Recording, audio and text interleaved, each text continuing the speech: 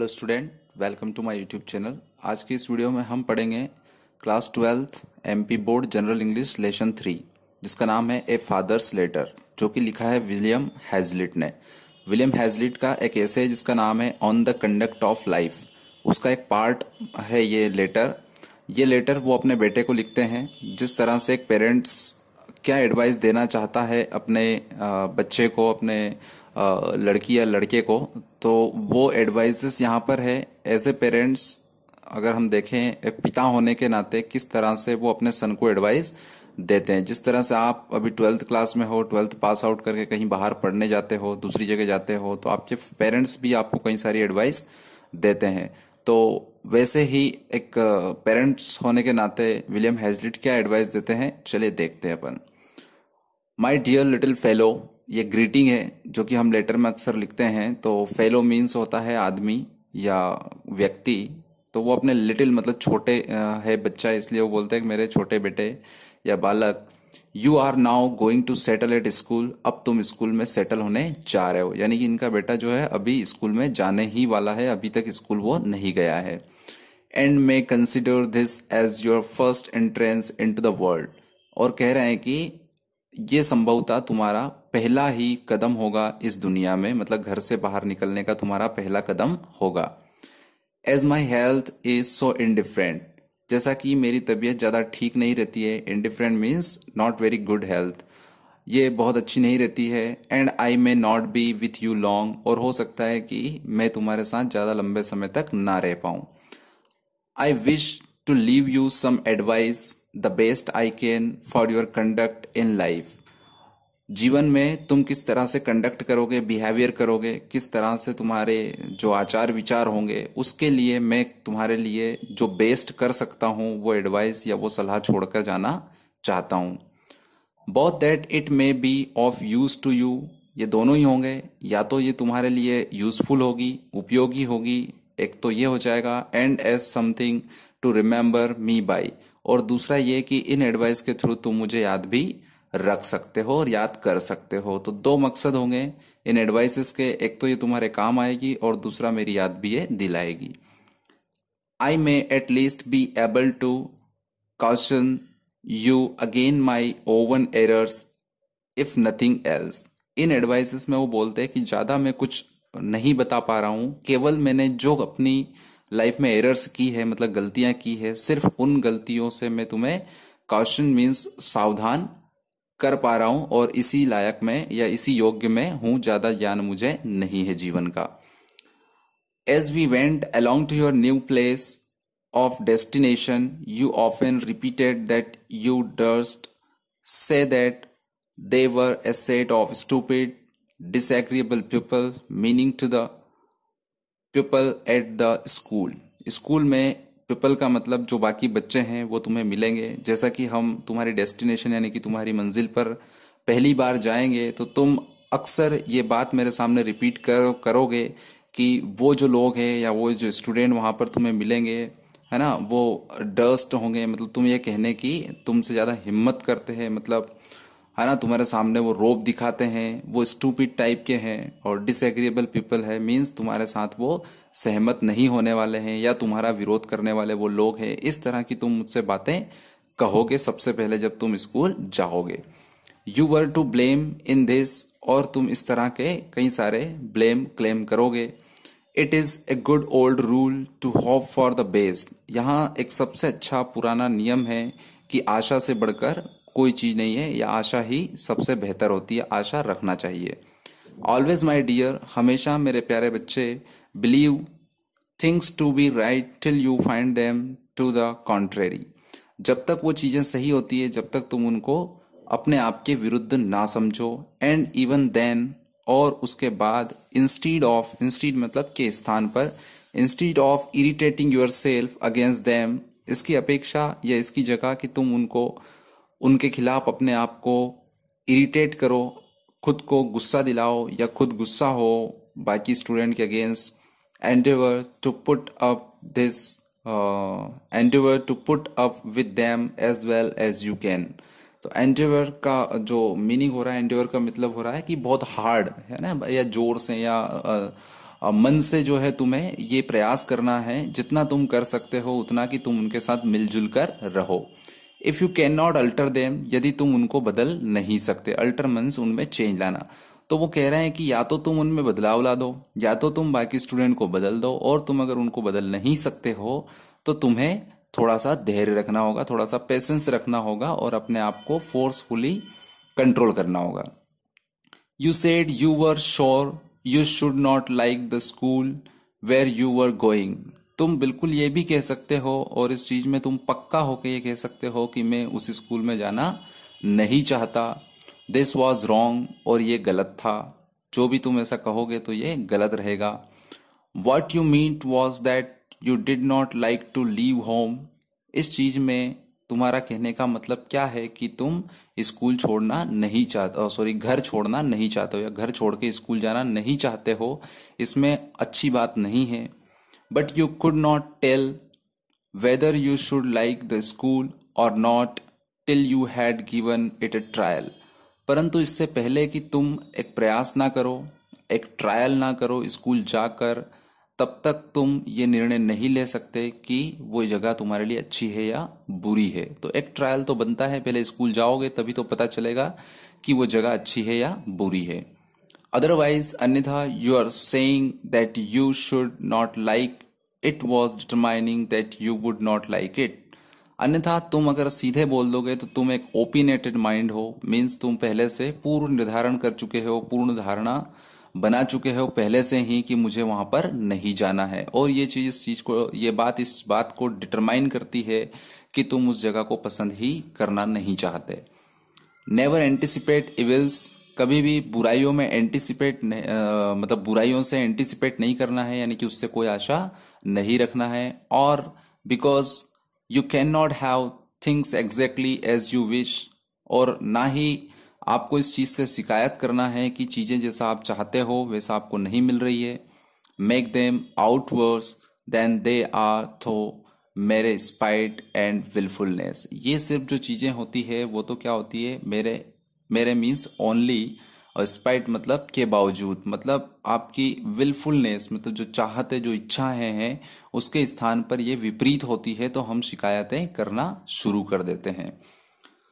Next कहते हैं you seemed at first to take no notice of your school fellows, सबसे पहले जब तुम स्कूल जाओगे तो हो सकता है तुम्हारे साथ ऐसा हो कि वो तुम्हारा नजरअंदाज कर दे या तुम्हें नोटिस ना करे, तुम्हारे स्कूल फेलोज यानी कि स्कूल में साथ में पढ़ने वाले बच्चे, या फिर और rather to set yourself against them, या फिर इस वजह से तुम अपने आप को उनके विरुद्ध खड़ा कर लो, because they were strangers to you, क्योंकि वो तुम्हारे लिए अनजान रहेंगे, तुम्हारे लिए वो जाने पहचाने नहीं रहेंगे, इसलिए हो सकता है तुम उनके अगेंस्ट खड़े हो जाओ। They knew as little of you as you did of them, वो भी तुम्हारे बारे में उतना ही कम जानते हैं जितना तुम उनके बारे में जानते हो। इसलिए this would have been a reason for their keeping aloof from you as well, तो यही एक कारण हो सकता है कि वो तुमसे अपने आप को अलूफ रखे, मतलब अलग रखे। Which you would have felt as a hardship, और इस वजह से तुम्हें थोड़ी सी मुश्किलों का सामना करना पड़ सकता है। Learn never to conceive a prejudice against others, ये बात यहाँ पर याद रखना कि कभी भी तुम्हें प्रीजुडियस मीन्स पहले से किसी के बारे में जो पूर्व धारणा है वो नहीं बनाना है। Because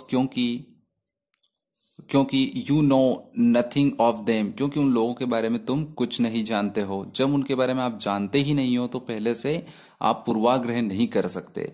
it is bed reasoning, ये गलत तरीका है। And makes enemies of half the world, और इस तरह से आधी दुनिया को तुम अपना दुश्मन बना लोगे।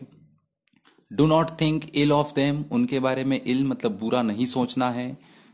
Till they behave ill to you, जब तक कि वो आपसे बुरा व्यवहार ना करे तब तक किसी को बुरा नहीं मानना है, जब तक कि वो आपसे बुरा व्यवहार ना करे। And then strive to avoid the faults which you see in them, और उसके बाद तुम्हें क्या करना है, स्ट्राइव करना है। स्ट्राइव मतलब प्रयास करना है, ट्राई करना है कि तुम अवॉइड कर सको, अनदेखा या नजरअंदाज कर सको फॉल्ट्स यानी कि उनकी गलतियों को, या जो उनमें गलतियां हैं कमियां हैं उनको तुम नजरअंदाज करना सीखो। This will disarm their hostility sooner than pique or resentment or complaint. और इस वजह से कि तुम उनको उनकी गलतियों को नजरअंदाज करने लगोगे तो ये क्या हो जाएगी, डिसआर्म मीन्स कम हो जाएगी, हॉस्टिलिटी मतलब दुश्मनी। सूनर देन पीक्यू, पीक्यू का मतलब होता है कि जो मन मुटाव है वो, और रिसेंटमेंट मीन्स जो होता है एक तरह से नाराजगी, और जो कंप्लेंट है शिकायतें, तो शिकायतें, नाराजगी या फिर मन मुटाव जो है उनसे दुश्मनी जो है वो सब तुम्हारी कम हो जाएगी या खत्म हो जाएगी अगर उनसे तुम मिलकर रहोगे, उनकी गलतियों को नजरअंदाज करना सीख जाओगे। I thought you were disposed to criticize the dress of some of the boys as not so good as your own। हो सकता है कि तुम जब स्कूल जाओ तो तुम डिस्पोज मतलब इस चीज पर उतारू हो जाओ कि उसकी क्रिटिसाइज करो, यानी कि उसकी बारे में कुछ भी कमेंट करो, उसकी ड्रेस के बारे में कमेंट करो, क्योंकि उसकी ड्रेस तुम्हारी ड्रेस जैसी सुंदर या अच्छी नहीं है, तो ऐसा भी हो सकता है। Never despise anyone for anything that he cannot help, least of all for his poverty। याद रखना कि never despise means किसी से भी despise यानी कि घृणा नहीं करना है, इसलिए क्योंकि वो आपसे नीचा है या कहें कि गरीब होने के कारण वो चीज़ों में आपसे बेहतर नहीं है, अच्छे कपड़े नहीं है या अच्छे जूते नहीं है, तो इस बिहाफ पर किसी से तुम घृणा मत करना। I would wish you to keep up appearances yourself as a defense against the idle sneers of the world। मैं तुम्हें यहाँ पर एडवाइस देता हूँ, मैं चाहता हूँ कि तुम अपने आप का अपीयरेंस जो है वो किस तरह से रखो, डिफेंसिव रखो उन आइडल स्नीयर्स। जो स्नीयर्स होता है उसका मतलब उपहास है ना, ये फालतू के उपहास करने से अपने आप को दूर रखो। But I would not have you value your self upon them, क्योंकि मैं तुम्हें यहाँ पर ये एडवाइस भी देता हूँ कि कभी भी किसी का उपहास करके, किसी की मजाक उड़ाकर अपने आप को वैल्यूएबल समझने की कोशिश नहीं करना चाहिए या अपने आप को उनसे ऊपर समझने की कोशिश नहीं करना चाहिए। I hope you will neither be the dupe nor victim of vulgar prejudices. तो जो प्रीजुडिसेस मीन्स पूर्व अवधारणा जिसके बारे में बना लेते हैं हम, तो मैं आशा करता हूं कि तुम जो है ना तो किसी के बारे में मतलब विक्टिम होगे, यानी ना तो किसी का शिकार होगे, और ना ही ड्यूप मतलब कि भोलापन दिखाने की कोशिश करोगे। तो किसी के बारे में ना तो बुरी कमेंट करना है और किसी के बारे में ना तो पूर्व धारणा बनाना है और ना ही पूर्व धारणा का शिकार होना है। इंस्टीड ऑफ सेइंग एबो, जो ऊपर कहा है इसकी जगह मैं ये कह सकता हूं कि never despise anyone for anything that he can not help. तो किसी भी व्यक्ति को किसी भी चीज के लिए डिस्पाइज यानी कि नहीं करना है आपको, चाहे वो तुमसे बेहतर हो या ना हो, किसी भी चीज के लिए किसी को भी नहीं करना है जो खुद की मदद नहीं कर सकता, यानी कि जो गरीब है उसकी। आई माइट हैव सेड, मुझे कहना चाहिए था कि never despise any one at all, किसी को भी तुम डिस्पाइज नहीं करोगे यानी कि उससे घृणा नहीं करोगे किसी भी चीज के लिए। For contempt implies a triumph over and pleasure in the ill of another. तो इसमें तुम्हें कुछ क्षण के लिए तो क्या हो जाएगी, खुशी मिल जाएगी है ना, पर दूसरे को जो है वो क्या हो जाएगा, तुमसे जो तुम्हारा ट्रम्फ है, तुम्हारी खुशी जो है, तुम्हारा जो प्लेजर है वो उसके लिए इल हो जाएगा, यानी कि वो बुरा बर्ताव कहा जाएगा। ठीक है, तो किसी से भी बुरा बर्ताव जो है वो नहीं करना है। ये एक तरह का कंटेम्प्ट होती है, यानी कि निंदा करना है ना, कंटेम्प्ट मीन्स निंदा करना होता है, और तुम्हारा तात्पर्य ऐसा निंदा करने का नहीं होना चाहिए। इट मीन्स, इसका मतलब ये हुआ दैट कि you are glad and congratulate yourself on their failings or misfortunes. तो अगर तुम किसी की मदद ना कर सको और वो गरीब है, उसकी हंसी अगर उड़ाते हो, उसकी निंदा करते हो, तो इसका मतलब ये हुआ कि तुम्हें ग्लेड यानी कि खुशी हो रही है, एंड तुम अपने आप को कॉन्ग्रेचुलेट कर रहे हो। कि किसके ऊपर कॉन्ग्रेचुलेट कर रहे हो, उनकी फेलिंग्स मतलब उनकी असफलता और उनके मिसफॉर्चून यानी कि बदकिस्मती की तुम मजाक उड़ा रहे हो। The sense of inferiority in others means, हम इस संभावना को देखें कि इनफेरियोरिटी मीन्स एक तरह से उसके अंदर वो अच्छाइयाँ नहीं है जो आपके अंदर है। Without this indirect appeal to our self love is a painful feeling. तो अगर आप सेल्फ लव यानी कि खुद से आप प्यार करते हो, डेफिनेटली वो भी अपने आप से प्यार करता है, तो ये उसके लिए उसकी मजाक उड़ाना, उसकी निंदा करना उसके लिए पेनफुल हो सकता है, दर्दनाक हो सकता है। And not an exulting one, ना कि ये एक्सल्टिंग वन। अब एक्सल्टिंग का मतलब होता है उल्लासित या खुश महसूस करना, तो वो उसको खुशी महसूस नहीं होगी, तुम्हारी खुशी की वजह से उसको दर्द तकलीफें हो सकती है। You complain since that the boys laugh at you and do not care about you.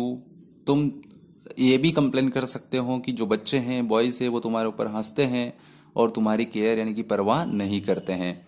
And that you are not treated as you were at home, और तुम ये भी कह सकते हो कि तुम्हारे साथ वैसा अच्छा व्यवहार नहीं होता है जैसा कि तुम्हारे घर पे होता है।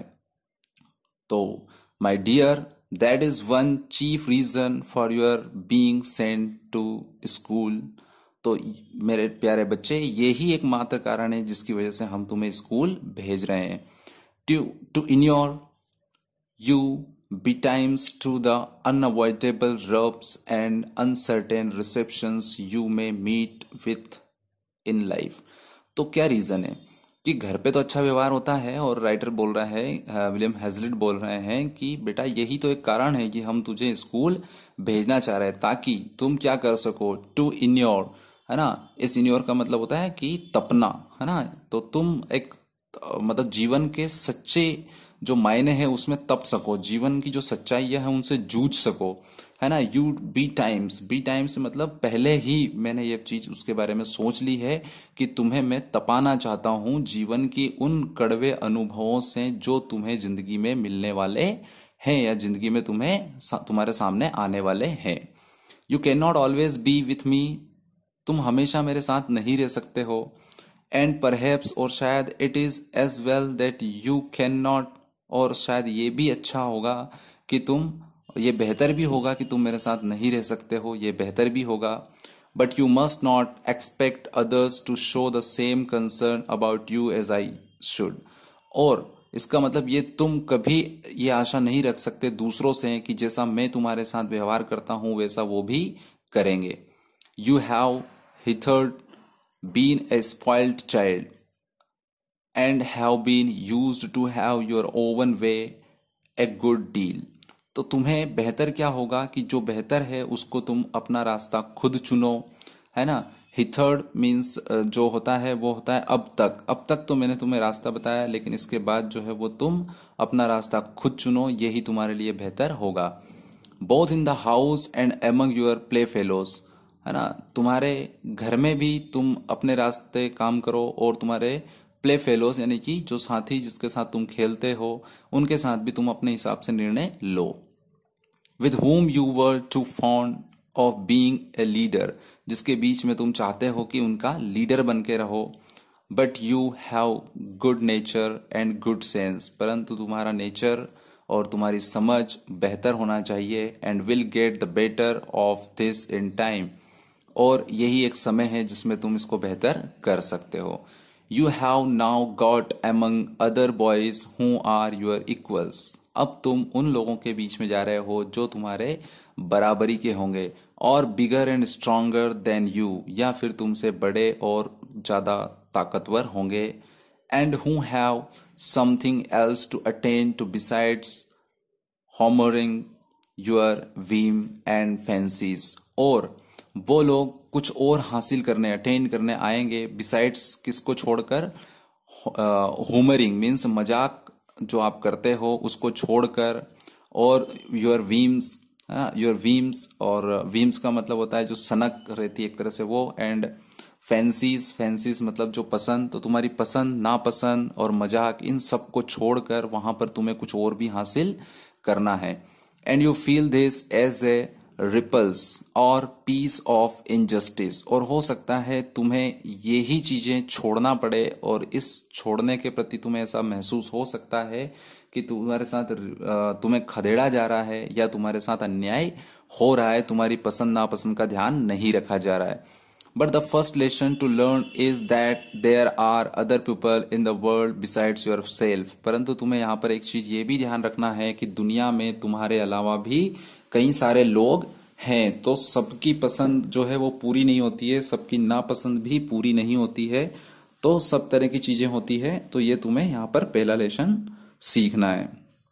There are a number of boys in the school where you are. जहां तुम जा रहे हो वहां पर और भी कई सारे बच्चे होंगे, कई सारे स्कूल बॉयज होंगे। whose amusements and pursuit, है ना, whatever they may be and are and ought to be of as much consequence to them as yours can be to you. तो वहां पर और भी सारे बच्चे होंगे। whose उनका जो अम्यूजमेंट मीन्स उनका मनोरंजन है ना, उसको भी ध्यान में रखना है, उनकी खुशी का भी ध्यान रखना है। और हो सकता है कि तुम्हारा कंसिक्वेंस मीन्स उसका जो परिणाम है ना, उसका जो परिणाम है वो तुम्हारे अगेंस्ट भी जा सकता है और उसमें तुम्हारा फायदा भी हो सकता है। And to which therefore you must give way in your turn. तो तुम्हें अपने आप के लिए इंतजार करना है, तुम्हें भी अच्छा मिलेगा। द मोर एयर्स, एयर्स यहाँ पर देखो, एयर मतलब हवा होती है और यहाँ पर एयर्स मीन्स अकड़ या घमंड होती है। तो द मोर एयर्स मीन्स ज्यादा अकड़ of childish self importance you give your self. यदि तुम अपने आप की अकड़ में बने रहोगे, अपने बचपने में बने रहोगे, you will only expose yourself to be the more थ्वाट। तो तुम अपने आप को एक्सपोज कर रहे होगे। थ्वाट मीन्स नाकामी को, तुम अपनी नाकामी को प्रदर्शित कर रहे होंगे। एंड लाफ डेट, और उसके ऊपर बाकी लोग हंसेंगे। True equality is the only true morality of true wisdom. तो कहने का मतलब है कि सच्ची जो समानता है वो सच्ची मॉरलिटी में, नैतिकता में है या सच्ची बुद्धिमानी में ही है। तो सच्ची बुद्धिमानी या नैतिकता के आधार पर ही आप सच्चे मायने में इक्वल समझ सकते हो, इक्वल एक दूसरे को मान सकते हो। Remember always that you are but one among others. हमेशा ये याद रखो कि तुम हो परंतु तुम सब में से एक हो, मतलब बहुत सारों में हो तुम। And you can hardly mistake your place in society, और तुम मुश्किल ही अपने जो प्लेस या अपनी स्थान है सोसाइटी में उसको तुम मिस कर सकते हो। In your father's house you might do as you pleased. तुम्हारे पिता के घर में यानी कि मेरे घर में जहां तुम रहते हो, तुम वो सब कर सकते थे जो तुम्हें प्लीज्ड करे, यानी कि खुशी दे सके, वो चीजें तुम कर सकते थे। इन द वर्ल्ड, परंतु दुनिया में जब तुम जाओगे, you will find competitors at every turn. तो हर एक मोड़ पर तुम्हें चुनौतियां मिलेगी, तुम्हारे कॉम्पिटिटर्स तुम्हें मिलेंगे। You are not born a king's son to destroy or dictate. तुम एक राजा के बेटे बनकर यानी कि राजकुमार बनकर पैदा नहीं हुए हो कि तुम डिस्ट्रॉय कर दो दूसरों को या उनके ऊपर डिक्टेटरशिप करो। तुम मिलियंस यानी कि लाखों लोगों पर तुम एक तरह से डिक्टेटरशिप करो या उनको तुम तबाह कर दो, डिस्ट्रॉय कर दो। तो इस तरह तुम राजकुमार बनके पैदा नहीं हुए हो। You can only expect to share their fate or settle your differences amicably. तो तुम क्या कर सकते हो, केवल उनसे अपनी फेट यानी कि लक को साझा कर सकते हो या फिर अपने बीच में हुए डिफरेंसेस यानी कि मतभेद है उनको तुम एमिकेबली मीन्स हार्मोनियसली मीन्स सौहार्दपूर्वक उनको सेटल कर सकते हो, यानी कि उनको खत्म कर सकते हो विद देम, उनके साथ मिलकर। You already find it so at school and I wish you to be reconciled to your situation as soon and with as little pain as you can. तो यहाँ पर राइटर लास्ट में बोल रहा है कि तुम्हें पहले से स्कूल में तुम जा रहे हो तो तुम्हें ये पता चल चुका है, जब तुम जाओगे तो जो मेल मिलाप है, रिकंसिल मीन्स मेल मिलाप है, वो तुम्हें बना के रखना पड़ेगा तुम्हारी सिचुएशन के साथ। और जितना जल्दी आप सिचुएशन के साथ घुल मिल जाओगे उतना ही तकलीफें कम होगी और इतनी ही जल्दी लाइफ स्मूथ हो जाएगी। योर अफेक्शनेट फादर, तुम्हारा प्यारा पिता विलियम हैजलिट। सो होप आपको ये लेसन अच्छे से समझ में आया होगा। इसके इंपॉर्टेंट क्वेश्चंस जो है फर्स्ट लेसन से ही लेके मैं बहुत जल्दी अपलोड करने वाला हूँ, तो आप इस चैनल को सब्सक्राइब कर लीजिए ताकि क्वेश्चन आंसर आपको इजी वे में हिंदी इंग्लिश दोनों में एक्सप्लेनेशन मिल जाए। होप आपको अच्छे से समझ में आया होगा। तो please subscribe this channel, like it and share it with your